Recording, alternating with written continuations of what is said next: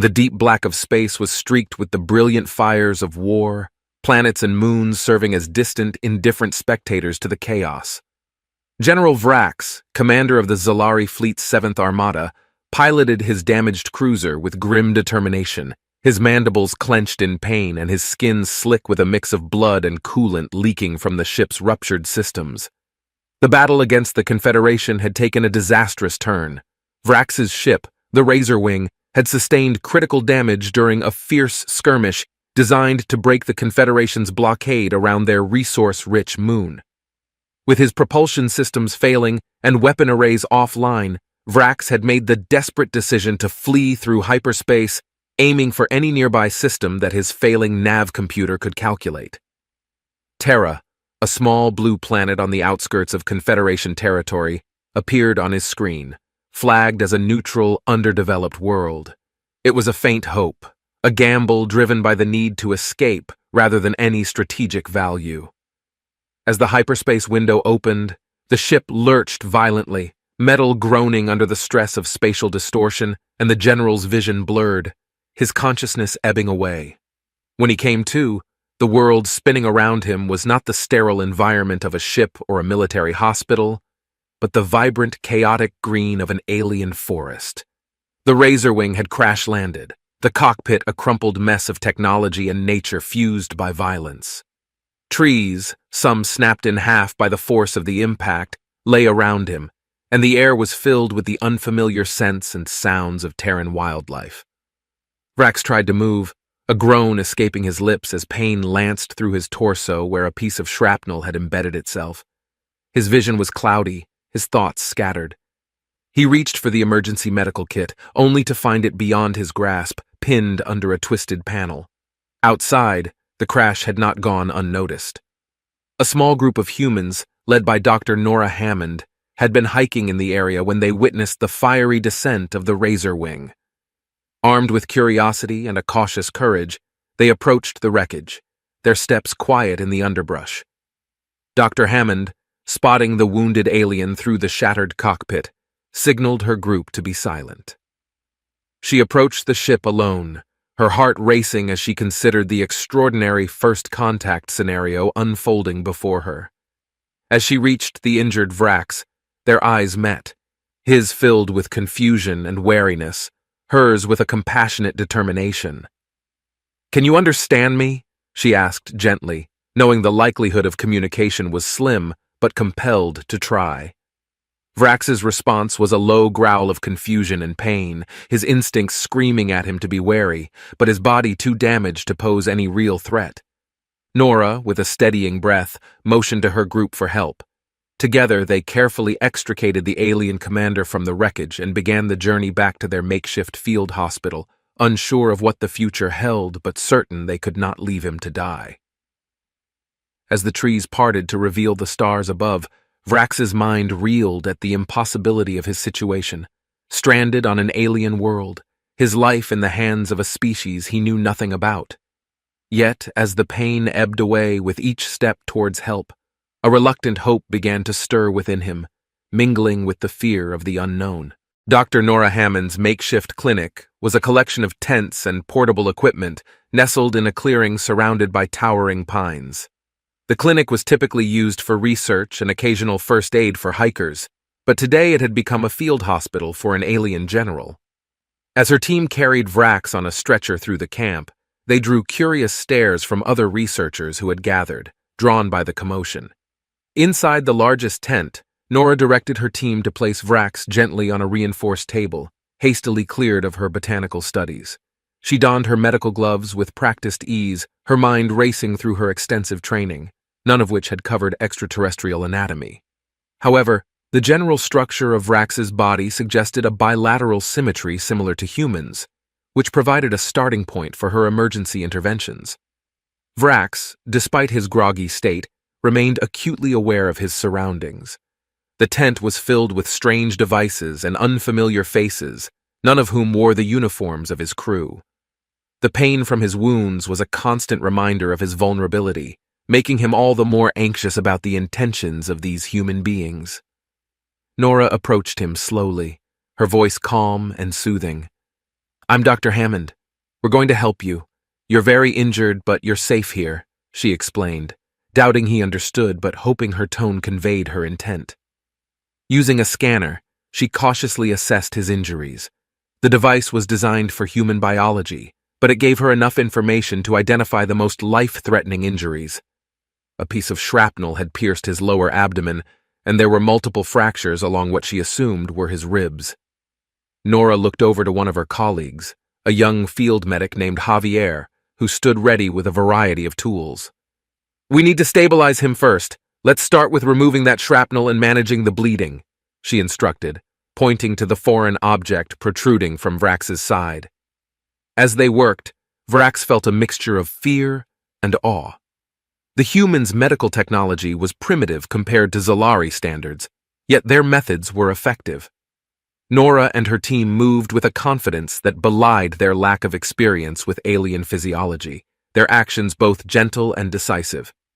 Several tense hours passed, during which Nora successfully removed the shrapnel and treated the worst of Vrax's injuries using a combination of sutures and bioglue adapted from plant-based compounds. As she worked, she spoke to Vrax, explaining each step in simple terms, not knowing if he understood, but feeling it was important to keep him informed. After the surgery, Nora stood back, her fatigue settling in as the adrenaline of the moment faded. Vrax's breathing had stabilized, and while he was still weak, he was no longer on the brink of death.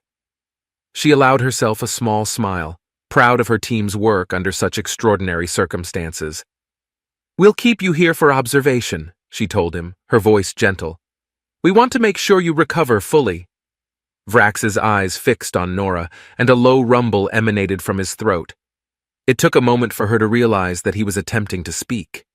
Straining to articulate, he managed a single gravelly word in broken English, taught by an old Zalari who had once encountered humans.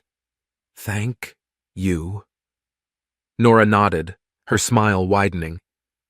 "You're welcome, General Vrax," she replied, realizing that this was just the beginning of a much larger dialogue, not just between her and Vrax, but potentially between their two worlds. As days turned into weeks, General Vrax's recovery progressed steadily under the careful supervision of Dr. Nora Hammond and her team. The clinic became a place of frequent curiosity and guarded diplomacy, as more humans learned of the alien presence among them. Meanwhile, Vrax struggled with the slow mending of his body and the even slower process of understanding his hosts. Marcus, a soldier-turned-temporary security officer at the clinic, took it upon himself to bridge the communication gap. With a basic translator device finally implemented, which crudely interpreted Vrax's vocalizations into English and vice versa, the two began exchanging simple phrases. Marcus, with his patient demeanor and a genuine curiosity about Vrax's culture, slowly earned the alien general's trust. One afternoon, as Marcus attempted to teach Vrax some human customs, the general's frustration peaked. Misinterpreting a gesture meant to signify peace, Vrax perceived it as a similar Zalari signal for challenge. His sudden aggressive stance alarmed the staff, causing a brief but intense standoff. Marcus, realizing the misunderstanding, quickly lowered his hand and stepped back, showing open palms. "No threat, Vrax. Peace, not challenge," he clarified, speaking slowly. The translator hummed, converting his words into a form Vrax could comprehend. Vrax relaxed slightly, his breathing heavy as he processed the situation. "Your symbols, difficult," he rumbled, the translator emitting a choppy version of his thoughts. "Yes, learning each other's ways can be hard. But we want to understand you, help you," Marcus responded, his tone calm and inviting. Over the next few hours, they revisited the misunderstanding, with Marcus carefully explaining human gestures and their meanings, while Vrax shared some basic Zalari signs. Their sessions became a regular part of the day. Vrax, intrigued by the humans' eagerness to learn, began to share more about his own culture, his role as a general, and the reasons behind his presence on Earth. He learned that Earth was neutral and technologically primitive compared to the Zalari Empire, a fact that both reassured and baffled him. One day during their language exchange, an alarm sounded throughout the camp. Vrax's instincts kicked in, and before Marcus could stop him, the general sprang up, his wounds protesting painfully. He stumbled out of the tent, seeking the source of the threat, only to find a group of humans encircling a drone that had been spying on the camp. Nora approached, her expression tense. "It's a surveillance drone, likely military. They know you're here, Vrax," she explained, looking at him with concern. The presence of the drone was a stark reminder of the implications of harboring an alien general. Vrax understood the gravity of the situation, his mind racing with strategic calculations. If his people were aware of his location, it was only a matter of time before they came for him, possibly considering Earth as collateral in their quest to retrieve or eliminate him. "I must leave, for your safety," Vrax announced gravely, turning to Nora and Marcus. "My people will come. They bring destruction." Marcus stepped forward, his resolve clear. "Let us help you, General. We can protect this place. Work together." The suggestion was bold, and for a moment Vrax considered it. His gaze shifted between Nora and Marcus, weighing his options.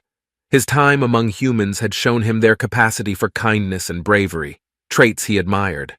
With a nod, he accepted their offer, his decision marking a pivotal moment in his stay on Earth. "We prepare together," he declared, the translator barely keeping up with his renewed vigor. "Teach me more of your ways, and I will share my knowledge. Together, we stand stronger." In the ensuing days, the atmosphere in the clinic camp transformed from one of cautious isolation to strategic preparation. General Vrax, Dr. Nora Hammond, and Marcus worked closely together, combining their expertise to prepare for any potential threats.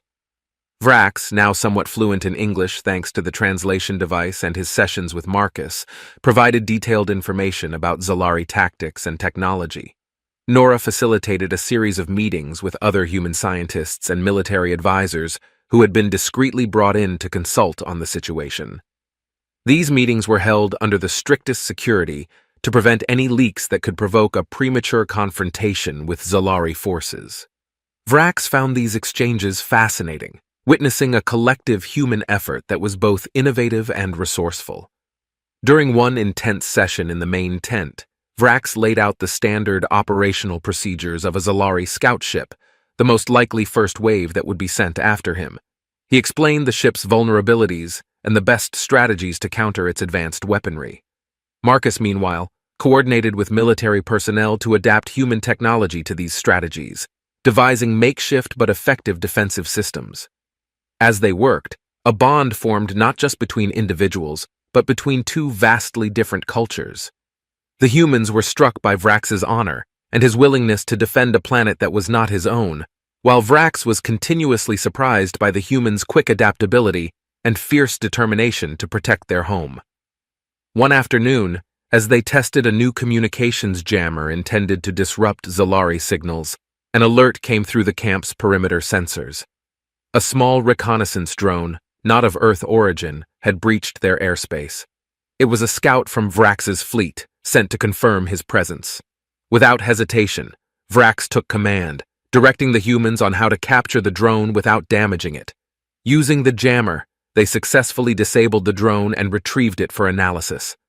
This act confirmed Vrax's commitment to his new allies and provided the human team with invaluable technology to study. In the quiet of the evening, after the day's success, Nora approached Vrax outside his tent. The alien general was staring up at the stars, a look of contemplation on his face. "You did well today, Vrax. Thank you for trusting us," Nora said, her voice sincere. Vrax turned to her, his eyes reflecting the starlight. "I have waged many wars, Doctor. I have followed orders without question. But here, with you and your people, I find myself questioning the purpose of such conflicts. You have shown me that there are other ways to resolve differences," he replied, his voice deep and thoughtful. Nora nodded, understanding the weight of his words. "Maybe together we can find a new path, not just for us, but for your people as well."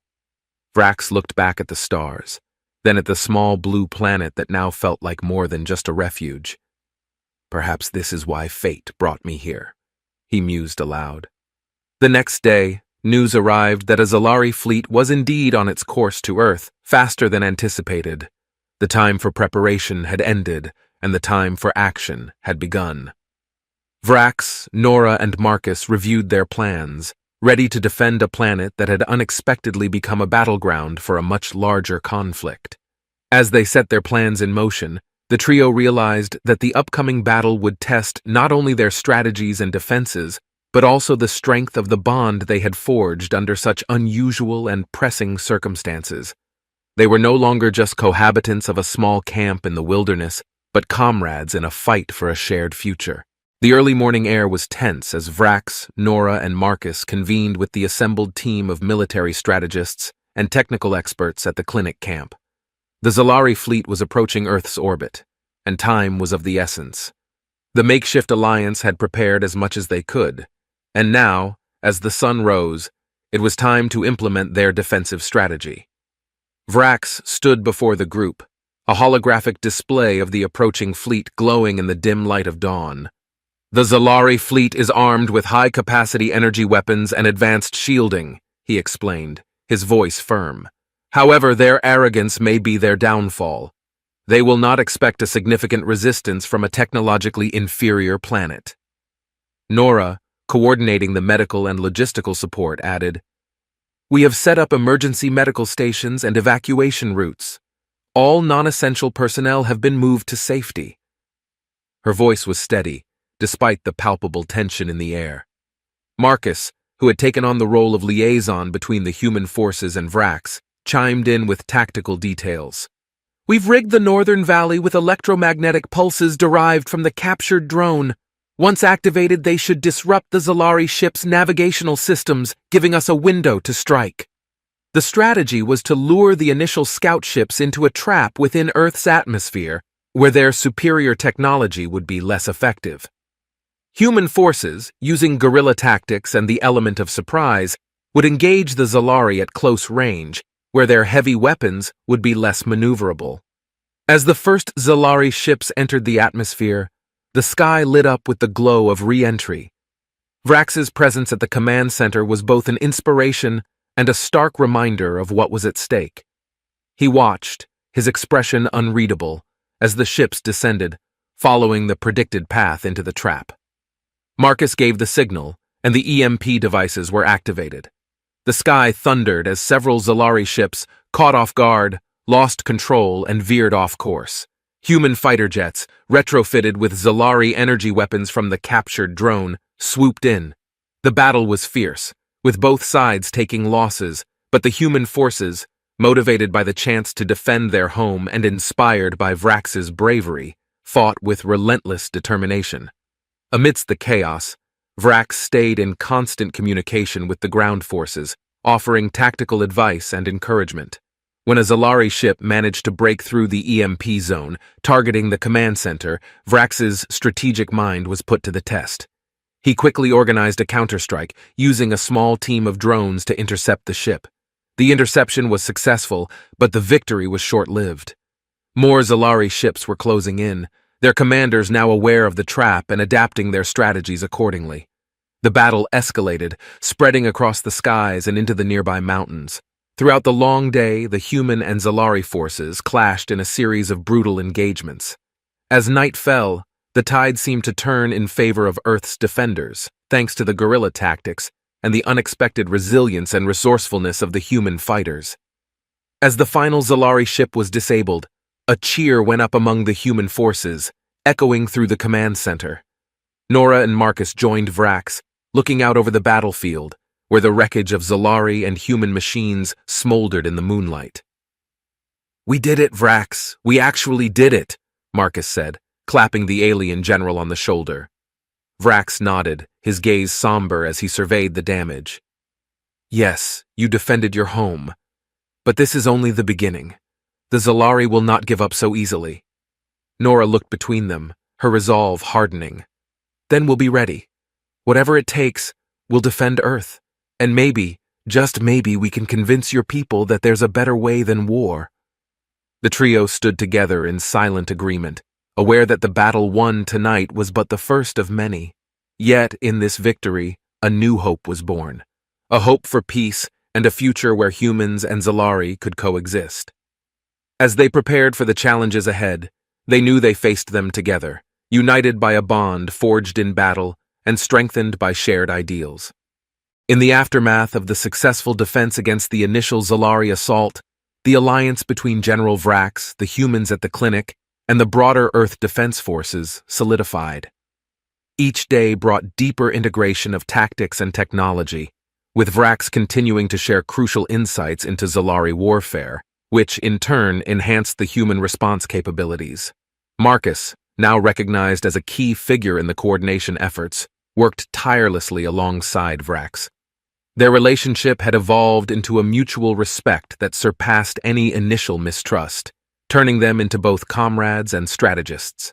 Together, they drilled troops, refining human combat techniques with alien strategies that Vrax knew would be effective against his own kind.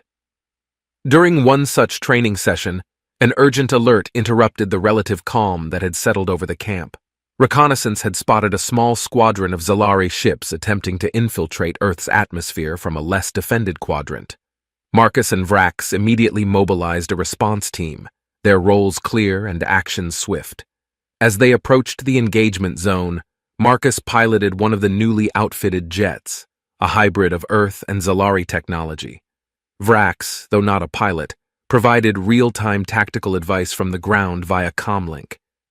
The sky above them roared as human pilots, now adept at alien combat maneuvers, engaged the enemy with surprising agility. The battle was intense, with each side unleashing a fury of energy weapons and strategic maneuvers. Amidst the chaos, Marcus's jet was hit, the system's warning of critical damage. With quick thinking, he managed to eject, parachuting into the dense forest below. Vrax, monitoring the situation, felt a surge of concern for his friend. He commandeered a vehicle and, with a small team, raced to the site where Marcus had landed. They found him entangled in the branches of a tall pine, but otherwise unharmed. The relief on Vrax's face was visible even to the human soldiers accompanying him, a rare display of emotion from the stoic general. "Seems like I owe you one," Marcus joked as they helped him down, trying to lighten the mood despite the ongoing battle raging in the skies. Vrax grunted, a sound Marcus had learned to recognize as amusement from the otherwise reserved alien. "We are even. You owe me nothing," Vrax replied, clapping Marcus on the back with a force that spoke volumes of their forged bond. The quick rescue meant Marcus could rejoin the fight. Together, they headed back to command, where Vrax coordinated a counteroffensive that successfully repelled the Zalari squadron. It was a close victory, one that highlighted both the strengths and vulnerabilities of Earth's defenses. That evening, as they reviewed the day's events, Nora joined them, her presence a comforting constant.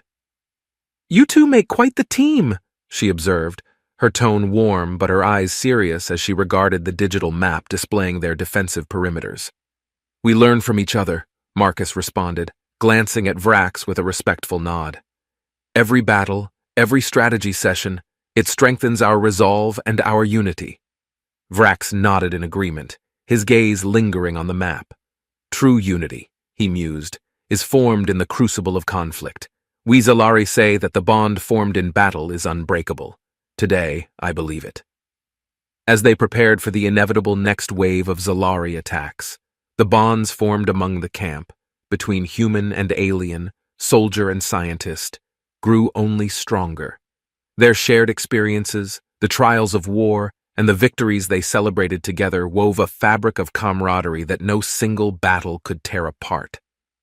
The group knew that the war was far from over, and that more challenges lay ahead.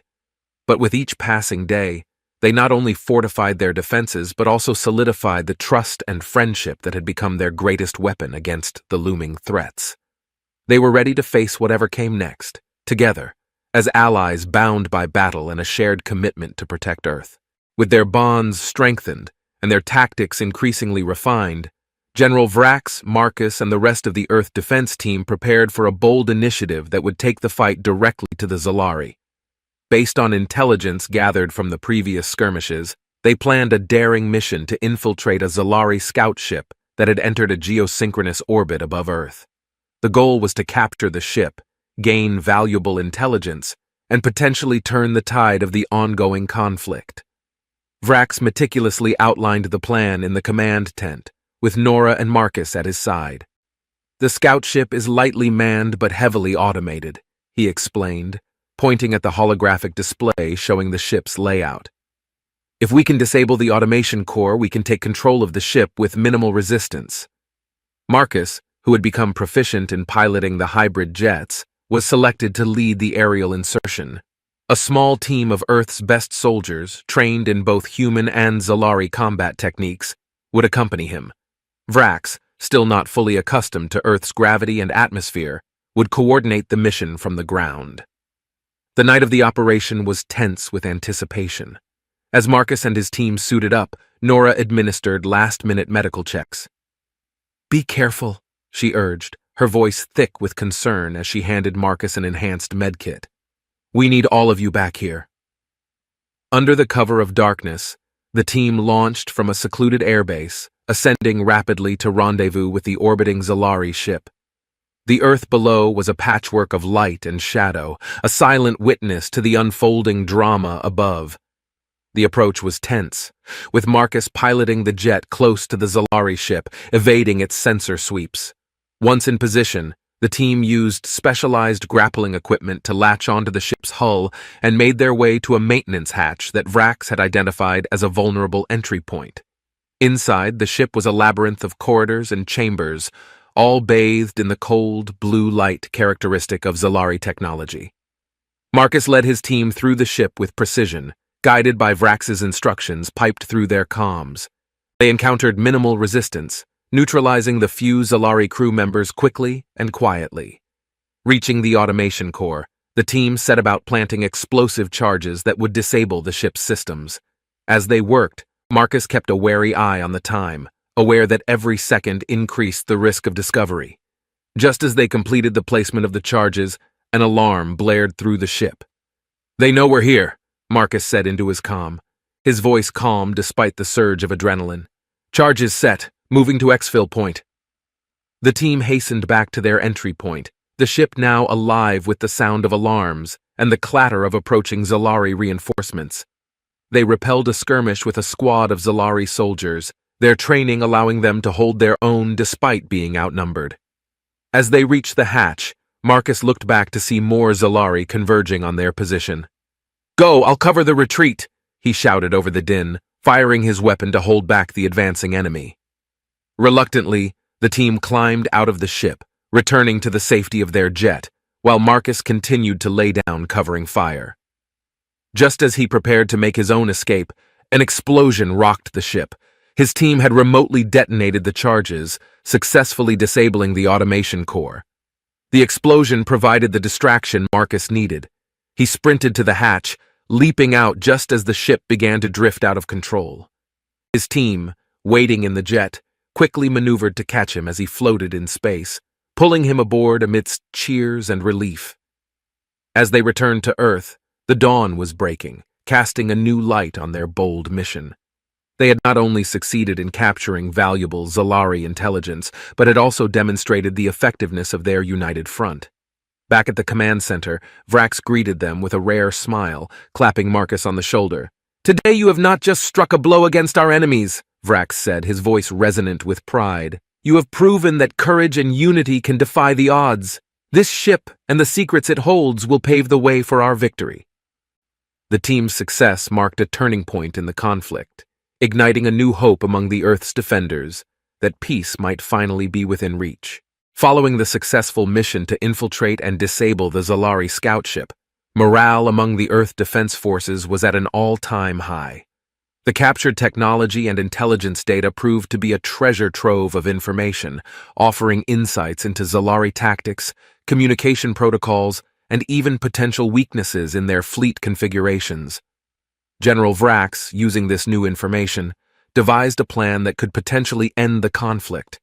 He proposed a bold strategy: to use the captured Zalari ship as a Trojan horse to send a message of peace and dissent among his own people, broadcasting the truth about the Earth's resistance and the possibility of coexistence. In the command center, a large screen displayed the Zalari fleet in orbit, a constant reminder of the looming threat. Vrax, alongside Nora and Marcus, reviewed the final details of the broadcast before it was sent. "This message must reach the right ears, those of my people who like me have grown weary of endless conquest," Vrax explained, his voice tinged with a mix of hope and solemnity. Nora looked at Vrax, her expression supportive. "This could change everything, Vrax. Not just for Earth, but for your people too. It's a message of peace, one I believe many are ready to hear." With the plan set, Marcus and a team of technicians worked to configure the communication systems of the captured ship to bypass Zalari security protocols. The ship, now disguised as a returning scout vessel, would transmit a powerful signal to the Zalari command, carrying Vrax's message across space. The broadcast began with Vrax standing before a simple backdrop, the Earth visible behind him through a viewport. "People of Zalari," he started, his voice steady and commanding. "I am General Vrax, once a loyal servant of our empire. Today I speak to you not as a general, but as a citizen who sees the possibility for a different path." He continued, detailing the bravery and resilience of Earth's people, their willingness to defend but also to forgive. He spoke of the unnecessary losses on both sides and the potential for peace, a peace built on mutual respect and understanding rather than subjugation and war. As the message played out, the response was immediate and dramatic. Across Zalari-controlled space, the broadcast sparked debates and discussions. Some dismissed Vrax as a traitor, others saw him as a visionary. Crucially, it ignited a movement among those who had long doubted the Empire's path, but had never dared to voice their dissent. Back on Earth, the team monitored the effects of the broadcast, tracking the communications among the Zalari ships. To their relief and surprise, several ships began to withdraw from their aggressive positions, while others openly questioned their orders. It was clear that Vrax's message had sown confusion and conflict within the ranks. "This is it," Marcus said, watching the screen as the fleet's formation began to fracture. "It's working, Vrax. You've done it." Vrax nodded, his usual stoic expression giving way to a faint smile. "It is only the beginning," he said. "True change takes time, but this is the spark we needed." In the following days, as the Earth Defense Forces stayed on high alert, more reports came in of defections and ceasefires from the Zalari fleet. Diplomatic channels opened and talks began, tentative at first but growing in confidence as both sides saw the potential for an end to hostilities. Nora, Vrax, and Marcus found themselves not just defenders of Earth, but pioneers of a new diplomacy that sought to bridge the gap between two vastly different cultures. The broadcast had not only disrupted a military siege, but had also paved the way for a broader dialogue, one that promised a future where Earth and the Zalari might share the stars in peace rather than conflict. In the wake of General Vrax's groundbreaking broadcast, the political landscape within the Zalari Empire began to shift dramatically. Several high-ranking officers and influential figures who had quietly harbored doubts about the ongoing conflict now stepped forward, inspired by Vrax's call for peace. This faction, calling themselves the Reformists, sought to engage directly with Earth, proposing a ceasefire and negotiations for a lasting peace. On Earth, the news of these developments brought a mix of excitement and skepticism. The defense forces, while relieved at the prospect of an end to hostilities, remained vigilant, aware that not all Zalari shared the Reformists' views. Meanwhile, Vrax, Nora, and Marcus found themselves at the center of a new kind of challenge: diplomacy. Vrax was instrumental in opening dialogues between Earth's leaders and the Reformists. Using the captured Zalari ship as their meeting venue, they hosted a series of talks that aimed to bridge the vast cultural and political divides. Vrax, with his deep understanding of both Zalari and human perspectives, acted as a mediator, translating not just words but intentions and cultural nuances.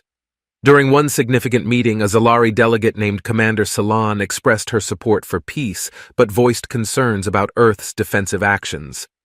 "Your people fought bravely but also fiercely," she stated, her tone cautious yet respectful. "How can we be sure that peace is truly what you desire and not just a tactic to gather strength?"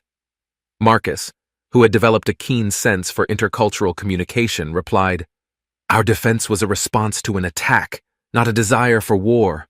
What General Vrax has shown us, and hopefully what we can show you, is that our strength lies not in conquest, but in our ability to stand together in defense of our home, and now, in peace.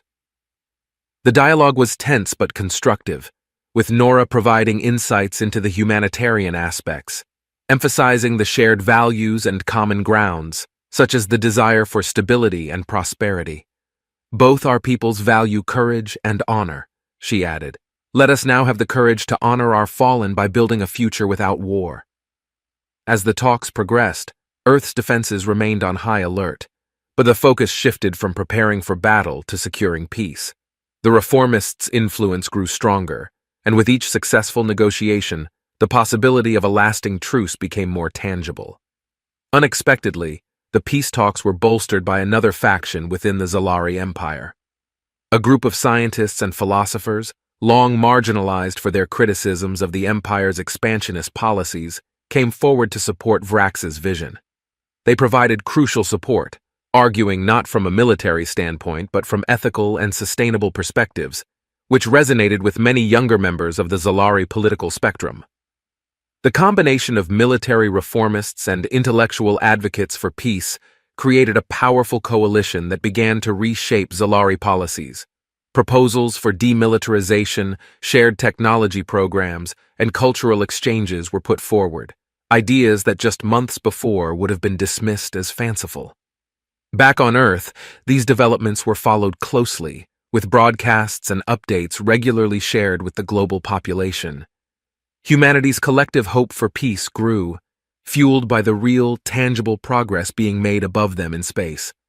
As the first official peace treaty took shape, a grand ceremony was planned to be held both on Earth and the Zalari flagship, simultaneously broadcasted across both worlds. Vrax, standing beside Nora and Marcus as they prepared for the ceremony, felt a profound sense of change.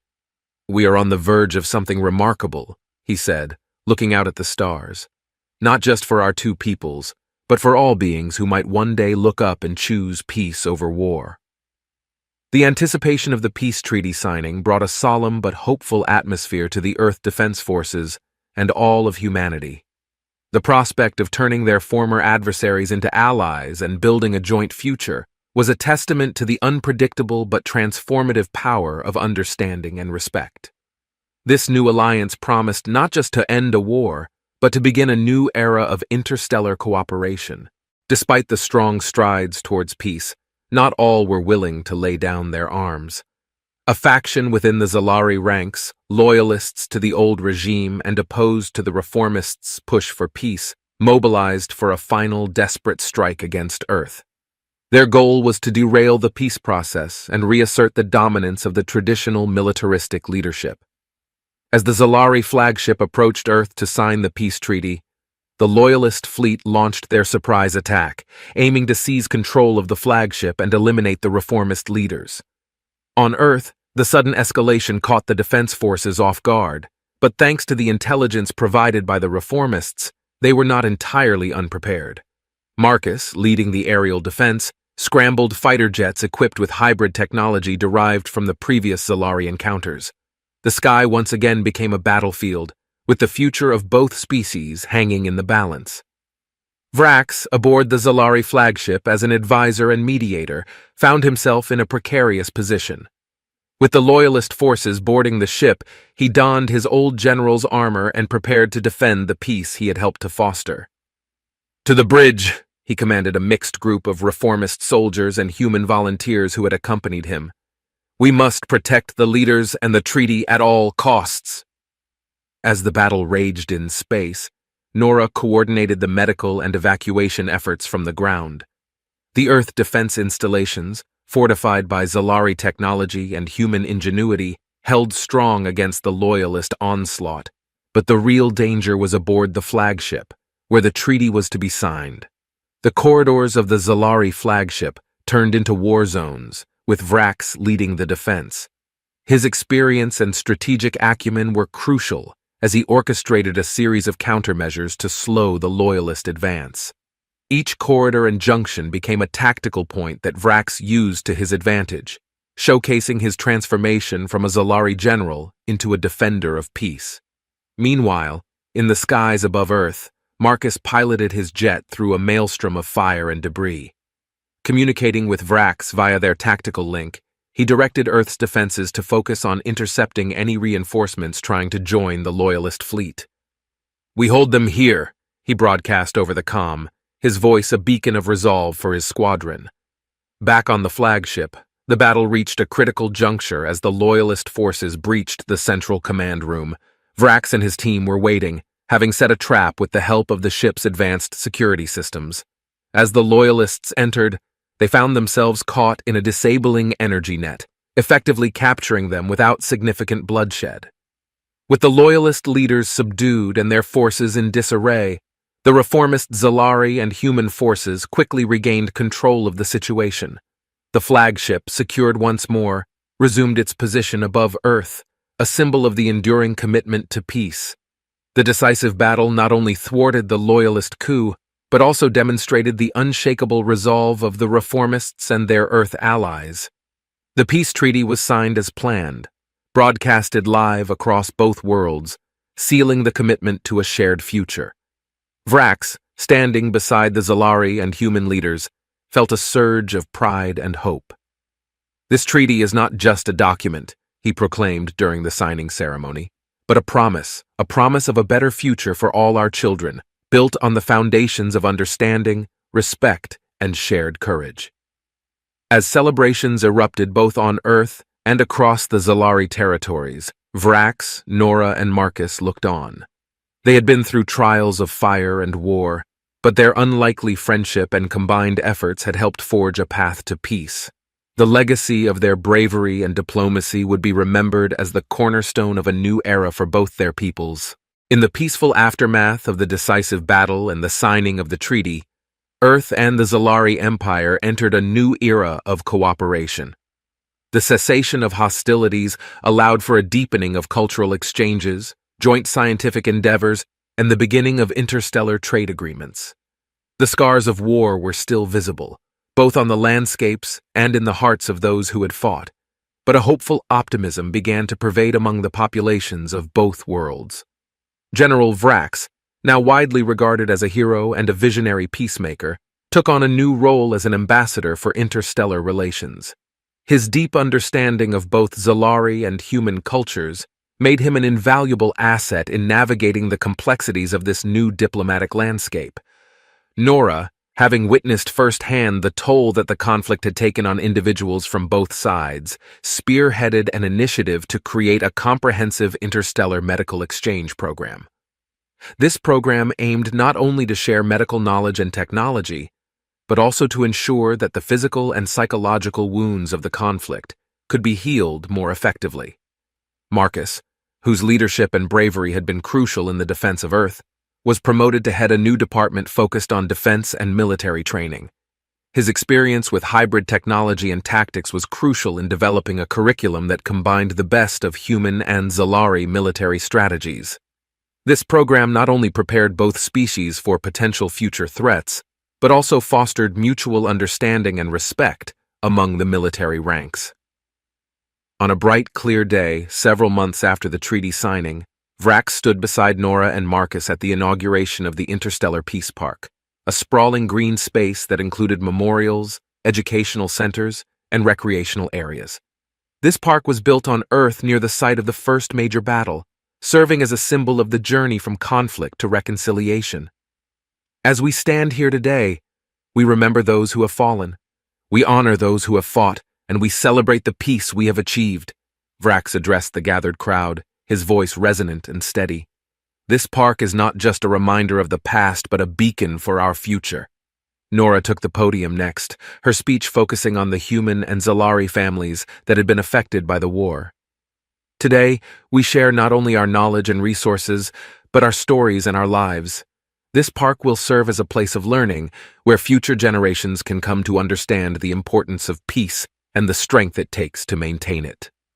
Marcus spoke last, his tone imbued with the pragmatic optimism that had characterized his military career. Here, we merge our paths, not as two separate races, but as allies, friends, and partners. Let this park be a training ground for our children, to play, to learn, and to grow together under the banner of peace. The inauguration was attended by dignitaries from both Earth and the Zalari Empire, symbolizing the strong alliance that had been forged. The day was filled with cultural performances, joint military displays of solidarity, and academic presentations that highlighted the collaborative projects underway. As the celebrations continued into the evening, Vrax, Nora, and Marcus took a quiet moment to walk through the park, reflecting on their journey. The paths they walked were lined with trees from both Earth and Zalari planets, their leaves rustling softly in the wind, a serene sound that underscored the peaceful silence that had replaced the sounds of battle. "This peace, hard-won and precious, is our legacy," Vrax remarked, looking at his friends. "We must guard it, nurture it, and teach it to those who come after us."